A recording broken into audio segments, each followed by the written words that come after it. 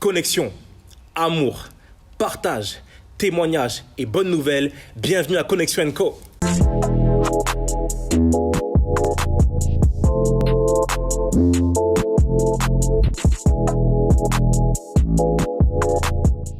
Salut les amis, j'espère que vous allez bien. On se retrouve pour une nouvelle soirée Connexion & Co. Est-ce que ça va l'équipe? Yeah, c'est ça que j'aime les gars. Les amis, ce soir, c'est spécialement spécial. Vous l'avez vu, on n'est pas entre leaders jeunesse, même si évidemment ce sont des futurs leaders jeunesse, des futurs fervents pour l'évangile, vous voyez ce que je veux dire. Mais ce soir, on est avec des jeunes. Ok, on a vraiment désiré faire cette probablement dernière de l'année, non pas avec que des leaders jeunesse, mais entourés de nos chers jeunes qui nous ont tellement manqué. Il faut rappeler tout de même, les amis, qu'on a fait l'émission. Pourquoi? Parce qu'avec le confinement, on ne pouvait plus forcément se voir. Il fallait du coup se réadapter, se réinventer. Et c'est du coup ce qu'on a fait avec cette émission. Est-ce que ça vous a plu quand même? Ça va? Merci pour votre enthousiasme. Ça fait vraiment plaisir. Les amis, on commence une série avec la jeunesse sur Romains. Et aujourd'hui, on va faire une étude biblique spécialement spéciale. Quel est le projet? 3 chefs d'équipe qui vont se présenter de suite. Très cher. Paul. Glory. Léo. Voilà. Nos 3 chefs d'équipe vont composer leur équipe là, maintenant, de suite là. OK? Et à l'issue de ces moments de convivialité, sachez que le dernier, évidemment, n'est pas le plus nul. Hein. Celui qui s'achète le dernier, voilà, c'est pas... Hein. Tout va bien, OK? OK, tout va très bien. L'idée, simplement, c'est d'étudier un des passages de Romains chapitre 1 et d'en discuter simplement ici, autour de la table, comme on le fait d'habitude. Les gars, est-ce que vous êtes prêts? Totalement, Oui, hein, c'est carré. grave. Il n'y a aucun match, on est tous ensemble, Yes. 3 équipes, mais il n'y a aucun match, on est vraiment ensemble. Le but, c'est vraiment d'en savoir plus, de débattre, de discuter et d'aller de l'avant. Les amis, c'est de suite dans le Focus 5. Jingle. Ok, on est avec le groupe numéro 1, le groupe de Léo. Est-ce que vous êtes prêts? Totalement. On vous écoute. C'est quoi déjà le verset biblique, s'il vous plaît? C'est parti. Le verset biblique, c'est Romains 1, à partir du verset 5, qui dit « Par qui nous avons reçu la grâce et l'apostolat pour amener en son nom à l'obéissance de la foi tous les païens, parmi lesquels vous êtes aussi, vous qui avez été appelés par Jésus-Christ, à tous ceux qui, à Rome, sont bien-aimés de Dieu, appelés à être saints, que la grâce et la paix vous soient données de la part de Dieu, notre Père, et du Seigneur Jésus-Christ. » Ok. Je vous laisse du coup expliquer maintenant le verset. Déjà, par rapport à ce verset, ce qui nous a été vraiment marquant, c'est que ce verset, en fait, nous renvoie à la personne de Christ, qui est, comme on dit, la pierre angulaire. Et on a pu comprendre, en fait, qu'on ne pouvait pas aller si, en fait, Christ nous avait pas d'abord appelés. Et ce verset, en fait, nous montre vraiment la puissance de l'amour de Dieu, qui veut vraiment, en fait, toucher les âmes, qui veut vraiment que chaque chrétien puisse avoir une responsabilité de sauver les âmes, quoi. En fait, là, tu as dit on ne peut pas aller si on n'a pas été touché. Oui, c'est voilà. quoi aller en fait? En fait, on ne peut pas aller... aller, pour moi, c'est aller répandre la bonne nouvelle. D'accord. Aller, en fait, donner ce que Christ nous a donné, le don de la grâce. Donc, c'est pour ça, en gros, que j'ai dit qu'on ne peut pas aller sans avoir été appelé, quoi. Voilà. Ok. C'est fini? Et non, parce que je voyais qu'il parlait pas.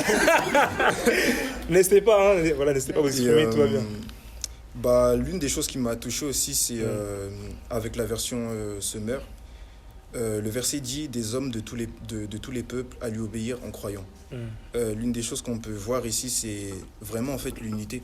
Que l'amour de Dieu, elle est vraiment... c'est vraiment quelque chose d'universel. Yes. Parce qu'on peut voir que... Aujourd'hui, dans notre société, il y a beaucoup de difficultés au niveau de l'acceptation. Par exemple, je peux vous donner comme exemple, en Afrique, il y en a qui disent que Jésus, c'est pour les Blancs, d'autres qui disent que voilà, Jésus, c'est pas notre Dieu. Et ce verset, en fait, nous montre clairement que l'amour de Dieu, c'est pour tout le monde, c'est universel. Et c'est vraiment, en fait, ce point-là que je voulais en fait, suggérer. Voilà. Yes. Oui, et aussi, je voulais dire au verset 7... N'hésite pas à parler avec vigueur. Oui, je voulais dire qu'au verset 7, il dit qu'à tous ceux qui, à Rome, sont bien-aimés de Dieu, appelés à être saints, nous sommes appelés donc à être exemplaires, à être, être exemplaires et amener les païens vers Dieu. Voilà. Appelés à être saints. J'aime beaucoup, ouais. J'aime beaucoup la parole. Jonathan. Juste pour rebondir sur ce qu'avait dit N'hésite pas à parler plus fort. Léo. Lorsqu'on a appelé à répandre l'évangile, c'est une grâce. Ça ne vient pas de nous-mêmes. Yes. On est sauvé par grâce. Yes. Et quand on est sauvé, on est censé aussi répandre ce qu'on a reçu. Et tout cela vient de Dieu en fait. Ça ne vient pas de nous. Et pour compléter ce qu'avait dit Léo, ce que Dieu nous a appelés aussi parmi les païens. Yes. Ce n'est pas un Dieu seulement des Juifs, c'est un Dieu des Congolais. C'est un Dieu aussi, je sais pas moi, des Français. C'est un Dieu de tout le monde. C'est un Dieu global. Yes. Et il nous a appelés partout. Que ce soit nos origines, notre culture, peu importe ce que nous sommes, Dieu nous appelle. Amen, amen. J'aime beaucoup ce que tu dis là parce qu'il faut savoir que dans le contexte donc, de l'église de Rome, il faut savoir déjà, bon, pour commencer, que Paul n'est pas allé visiter l'église de Rome. Paul est parti à Rome finalement en tant que prisonnier, malheureusement pour lui. Mais il avait projeté, il avait le désir finalement de les visiter. Et il y avait un petit problème à Rome, c'est qu'en fait à Rome il y avait l'église, il y avait deux types d'églises. Il y avait l'église où il y avait que des Romains, ok, que des Romains, donc vraiment des Italiens là, qui mangeaient pas des pastas, tout ça. Et puis à côté il y avait les Juifs. Et en fait il y avait comme deux églises communautaires. Et là en fait ce qui est écrit en fait, dans ce texte, ce qui est incroyable, c'est qu'en fait la Bible dit que hey, vous avez reçu la grâce afin de susciter parmi les nations. Finalement, c'est pour tout le monde. Et vous remarquerez que on a une église qui est bien colorée. Donc, c'est vraiment pour tout le monde. Je vois qu'on me fait signe pour me dire que c'est quasiment le time. Est-ce que peut-être que vous aurez peut-être voilà, une parole peut-être à libérer après avoir reçu ça? Oui. Bah, je dirais qu'en fait, Jésus, c'est pour tout le monde. Tout le monde aura sa part, que tu sois blanc, que tu sois noir, que tu sois n'importe quelle nationalité. Faut déjà en fait se sentir concerné par l'amour de Dieu, et l'amour de Dieu il est pour tout le monde. Donc voilà, faut pas hésiter à croire et mettre sa foi en Dieu. Super. Les amis, c'était l'équipe de Léo dans le Focus 5 Jingle. Ok les amis, deuxième groupe, deuxième équipe, on est avec l'équipe Glory. À vous la place. Alors du coup on va lire le passage déjà. Ok, je vais lire. Donc c'est Romains 1, du verset 11 au verset 13 inclus. Ouais. Version BDS. Ouais. Bible du Seigneur. Car j'ai le vif désir d'aller vers vous, d'aller vous voir, pour vous transmettre quelques dons de la grâce par l'Esprit, en vue d'affermir votre foi. Au mieux pour que, lorsque je serai parmi vous, nous nous encouragions mutuellement, vous et moi, par la foi qui nous est commune. Je tiens à ce que vous le sachiez, frères et sœurs, j'ai souvent formé le projet de me rendre chez vous, afin de récolter quelques fruits parmi vous, comme je l'ai fait parmi bien d'autres peuples. Mais j'en ai été empêché jusqu'à présent. Amen. Amen. Donc du coup, on a compris qu'il y a deux facteurs dans ce passage. Il y a le Saint-Esprit et il y a la foi. Okay. Et on s'est dit comment on peut faire un lien entre le Saint-Esprit et la foi. Donc on a compris que le Saint-Esprit, c'est la personne de Dieu. Donc le gage qui va nous dire, en fait, nous donner foi de qui nous sommes. Donc finalement, Dieu nous fait ce don-là d'avoir le Saint-Esprit. Donc c'est pas par nos propres forces, mais c'est vraiment Dieu qui a, par sa volonté, qui nous a donné justement la personne de son esprit pour que au cours des épreuves qu'on traverse, notre foi elle soit affermie. Donc pour qu'on ait toujours une raison en fait de croire. Et donc en fait il y a la personne de Dieu qui est en nous, et la foi justement ça va être l'action et l'engagement qu'on va mettre au cours de notre vie. Et donc c'est par la foi vraiment qu'on croit, et le Saint-Esprit il donne l'instruction et nous on va devoir obéir en fait. Donc il y a vraiment chacun a sa responsabilité et chacun a sa part, et donc on a compris que finalement ça signifie que la foi elle se travaille, elle doit pas rester tout le temps au même niveau. Il faut que d'épreuve en épreuve ou à chaque fois qu'on dans notre marche en fait, dans notre vie, on puisse toujours la travailler. Donc faut pas toujours la conserver en nous. Si Dieu nous l'a donnée, c'est pas pour que on reste de marbre, qu'on ne fasse rien avec, mais c'est pour la travailler au quotidien. Et Donc c'est ce que l'apôtre Paul il enseigne aux Romains, c'est dans l'entretenir en fait. Par exemple à travers l'entraide, la communion fraternelle dans l'église, et même pour nous-mêmes en fait au cours des épreuves. Et au verset 13 il dit justement que le but c'est pour qu'on ait des fruits. Déjà la patience, la bonté, l'amour dont Dieu nous parle dans sa parole. Et pour nous-mêmes d'atteindre vraiment au quotidien la perfection en Jésus-Christ et de grandir spirituellement. Et donc vraiment notre foi va nous permettre de tenir bon dans les épreuves comme dans la maladie par exemple. Et parce que tant qu'on est dans notre corps de chair finalement on aura des attaques de l'ennemi. Et grâce à notre foi en Jésus-Christ, à chaque fois que le Saint-Esprit va nous rappeler en fait qu'il est avec nous, on reste ferme en fait, on reste ferme. Et donc c'est vraiment pour avoir la persévérance. Et par exemple, si une personne en face d'une personne suicidaire, cette personne, si elle a ces idées dans sa tête, c'est parce qu'elle n'a pas en fait d'espérance. Alors que nous, en ayant foi en Jésus-Christ, on a toujours un but et cette foi nous permet de garder le but fixé et elle nous permet de ne pas abandonner. En fait, quoi qu'il arrive, on aura toujours cette conscience au fond de nous que Dieu est là et que Jésus est notre Seigneur.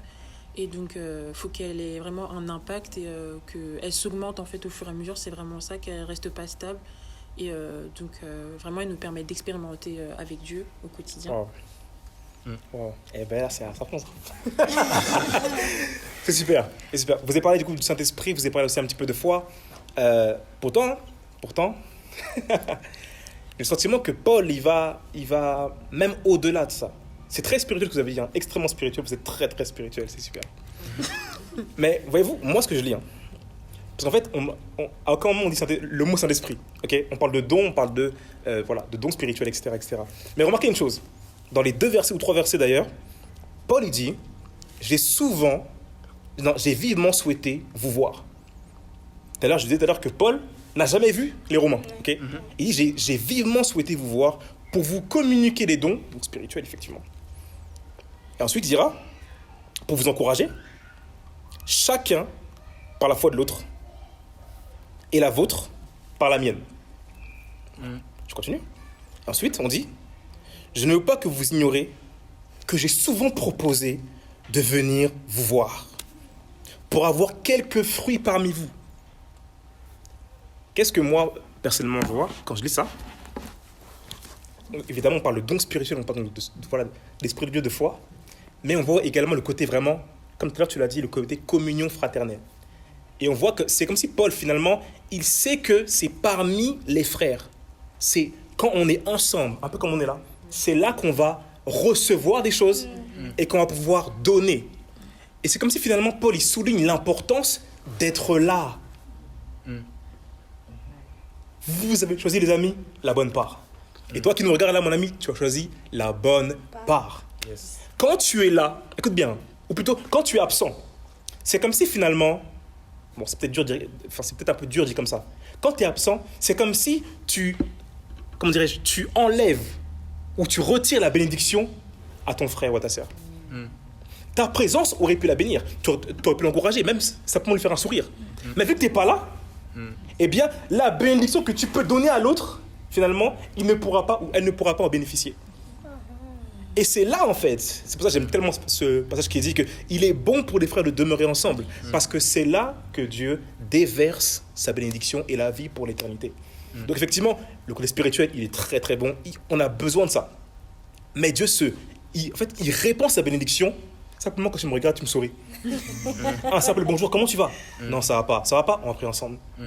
Tu es une bénédiction pour l'autre, il est une bénédiction pour toi, donc tu dois être là. Les amis, c'était bon. On peut quand même applaudir sur votre part. Quand même notre copie, non. On n'a pas vu, nous on est restés sur la foi. Parce que les amis, on est tellement connectés, vous voyez que du coup, mais parfois les choses simples aussi des fois, les choses simples, juste en fait être là, sois là. Juste quand tu es là, Dieu répand sa grâce. Il bénit, il restaure, il nous fait du bien. Les amis, c'était l'équipe. Yes. Glory, dans le Focus 5, jingle. Ok, on passe du coup au dernier groupe numéro 3. L'équipe du moins. Paul, ça va ? Ouais, tranquille, hein. Cool. On s'est organisé en plus. Ok. Donc je vais lire et expliquer le verset. Okay. Cynthia va partager l'application et puis on va avoir le témoignage de Natacha. C'est parti. À la fin. Ah oui. Donc le verset qu'on a eu, c'est Romains 1, 16 à 17. Ouais. C'est sans crainte que j'annonce la bonne nouvelle. J'ai pris la Bible en français courant pour que ça soit vraiment très clair. C'est sans crainte que j'annonce la bonne nouvelle. Elle est en effet la force dont Dieu se sert pour sauver tous ceux qui croient, les juifs d'abord, mais aussi les non-juifs. En effet, la bonne nouvelle révèle comment Dieu rend les humains justes devant lui. C'est par la foi seule, du commencement à la fin, comme l'affirme l'Écriture. Celui qui est juste par la foi vivra. Celui qui est juste par la foi vivra. Donc on disait d'abord que la bonne nouvelle pour nous, donc c'est Jésus. C'est Jésus qui est mort pour nos péchés. Et qu'en fait, c'est aussi la foi de Jésus. Quand on voit Jésus avait cette foi qui l'a rendue parfaite. Et du coup, dans la suite du verset, quand dans le 17, il dit c'est par la foi seule, du commencement à la fin, comme l'affirme l'Écriture, celui qui est juste par la foi vivra. En fait, la foi permet de saisir la victoire de Jésus sur notre vie. Et en fait, c'est ça qu'on sortait du verset. Et que, en fait, si on avait quelque chose, un problème dans notre vie, aussi c'est par la foi qu'on pouvait surmonter ce problème-là. Yes. Et la bonne nouvelle de Jésus, c'est ça, en fait. C'est qu'il vient prendre notre péché. Donc, même si on est dans des addictions, des choses, c'est par la foi qu'on va pouvoir en sortir et que Jésus va nous permettre d'en sortir. Donc, voilà pour l'expliquer. Super, super. Après, le conseil que j'aurais donné, c'est comment parler de la bonne nouvelle. C'est en évangélisant et en évangélisant en parlant de notre propre expérience, notre vie en témoigne. C'est un témoignage, pardon, du coup, il faut en parler aux gens. C'est peut-être plus simple, peut-être aux personnes, de comprendre ce que Dieu a fait en nous que de parler directement de la Bible. Peut-être, ça sera peut-être plus simple pour certaines personnes. Et puis, par rapport à la foi, comme il a dit, le juste vivra par la foi. Du coup, si jamais on est dans une situation qui demande, qu'on peut douter, par exemple chercher un travail ou autre, il faut croire que Dieu va nous donner ce travail. Tout ça, c'est par la foi qu'on pourra l'avoir. Yes. Voilà. Yes, super, super. Moi, j'ai un petit témoignage très court. Comme par hasard, on est tombé sur ce verset qui dit de croire en Dieu afin d'être sauvé. Et en fait, moi, ce week-end, ma petite sœur, elle s'est baptisée et elle a invité sa cousine à venir au baptême. Elle était avec nous tout le week-end, là, je les ai déposés et tout. Et Dieu m'a permis de témoigner. En fait, hier, grâce au baptême, elle se pose beaucoup de questions sur le Seigneur. Donc, on était là pour lui répondre. Et hier, du coup, je lui ai parlé clairement de mon témoignage à moi. Parce qu'elle se demandait comment c'est possible qu'on puisse autant croire en un Dieu qu'on ne voit pas. Et du coup, quand on ne croit pas en Dieu, on a besoin d'un truc palpable pour croire. Et on lui expliquait qu'il fallait justement simplement croire pour être sauvé. Et elle disait qu'elle avait encore du mal à faire le pas pour croire, mais c'était juste ça qui manquait en fait. Et du coup, je lui ai témoigné de ce que j'ai vécu avec Jésus, de comment Dieu m'a sauvée, parce qu'elle a perdu sa meilleure amie. Elle comprend pas comment c'est possible qu'un Dieu puisse avoir enlevé sa meilleure amie. Et moi, j'ai vécu ça, donc j'ai pu témoigner justement de ce que Jésus a fait pour moi. Et je lui ai dit simplement de croire en fait. Donc on a parlé de Dieu tout le week-end avec ma sœur. Et voilà. Yes. Voilà. Le reste appartient à Dieu. J'ai deux questions pour finir un peu le propos de mon groupe.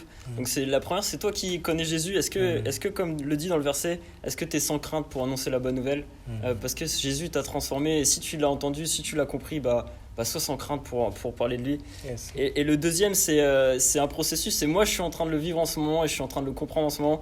Saisis la victoire que Dieu a donnée sur ta vie par cette foi qui te permet d'avoir. Yes. Wow. Ouais. Moi, pareil. Souvent on dit heureux celui qui a qui a cru sans avoir vu. Mais la Bible dit également, si tu crois, tu verras. Alors mon ami commence déjà par croire, comme Paul l'a dit, et tu verras. Par rapport à l'évangélisation, j'aime souvent dire, je me répète, parce qu'on me connaît maintenant ici, j'aime souvent dire, souvent au travail, tu étais là et puis tu dis, ok, t'as fait quoi ce week-end? Ça va tout le monde, hein. T'as fait quoi ce week-end? Tout le monde dit, voilà, moi, je suis à la boîte de nuit, j'ai fait ça, je suis allé voir mes grands-parents. Okay. Moi, je suis allé à l'église. Ah bon, tu vas à l'église? Je dis, oui, pas toi. Vous comprenez? Il est temps que la honte change de camp. Il est temps, en fait, que les gens réalisent qu'il est anormal de ne pas aller à l'église. Vous comprenez? En fait, pour les gens, nous sommes anormaux. Il est temps que la honte change de camp. En fait, toi, tu vas pas à l'église? Non, sérieux. Non, tu mens, je te crois pas. Tu vas à l'église, au moins une fois dans l'année. Tu comprends? Il est temps que, en fait, la honte change de camp. Et c'est finalement ce que vous nous avez bien dit ici, c'est super. Est-ce que peut-être qu'il y aurait encore... Allez, Paul. En tant qu'évangéliste. C'est trop chaud. Non, tu as dit le mot de la fin, mais est-ce que tu vas encore. Ouais, en fait, quand je disais que justement j'étais en train de le vivre en ce moment, quand on parle de saisir la victoire, de saisir la foi que Dieu t'a donnée et de faire quelque chose avec ça. Et en fait, tu vois, bah. Les addictions, frère. Les addictions, ça te poursuit pendant des années. J'ai déjà témoigné au groupe de jeunes de certaines addictions que j'ai pu faire face, notamment la pornographie. Et je me suis retrouvé face à ça. Et tu sais, tout le monde me disait c'est un processus et ça peut durer longtemps. Et en fait, Jésus est venu dire dans ma vie mais saisis cette victoire que je t'ai donnée. Prends cette foi que je t'ai donnée et saisis cette victoire sur la pornographie que je t'ai donnée. Et en fait, quand tu réalises ça et que tu réalises que cette victoire, Jésus l'a déjà gagnée en fait, à la croix pour toi, et ben tout un nouveau monde s'ouvre pour toi en fait, une nouvelle dimension s'ouvre devant toi et ça te permet d'avancer. Et tu vois, je dis pas que la tentation est absente, tu vois, parce que même Jésus a été tenté, mais je dis qu'en fait cette tentation, j'ai la victoire dessus grâce à Jésus, grâce à Dieu, tu vois, et justement par la foi. Et je pense que quand il dit que le juste vivra par la foi, c'est qu'en fait on est tous pécheurs et on sera tous pécheurs. Mais si on a cette foi que Dieu veut nous sauver et que Jésus est notre Seigneur et Sauveur, et ben on va passer ce côté pécheur en fait. On va aller plus loin et on va devenir juste par cette foi-là. Et je pense que c'est ça qui est aussi important de retenir, que faut pas avoir la crainte de partager la bonne nouvelle de qui est Jésus, mais il faut aussi saisir cette foi que Dieu veut nous donner. Yes. Les amis, c'était l'équipe Paul ici à Connection Co. Jingle.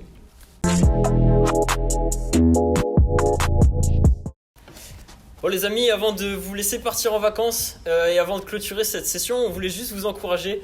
On a travaillé le premier épître aux Romains aujourd'hui et on va continuer de travailler aux Romains sur tout le mois de juin si je ne me trompe pas. C'est ça. On va vivre des temps bénis, on va être encouragé par ce que Paul veut nous dire. On vous encourage aussi à prier pour ce qui a été dit et pour ce qui sera dit. Et prenez ce temps pour aller chercher justement ce témoignage que Paul veut rendre au travers de la Bible. Et surtout, le plus important, partez en vacances, mais laissez Jésus dans la valise. C'est le minimum. C'est la base. Et surtout, travaillez votre intimité au quotidien. Vraiment, ne délaissez pas votre foi, ne la conservez pas non plus, mais entretenez-la afin que même si vous partez, peu importe où vous allez, vous continuez vraiment de travailler avec Dieu dans votre intimité. Soyez bénis les amis, recevez la grâce de Dieu et surtout, restez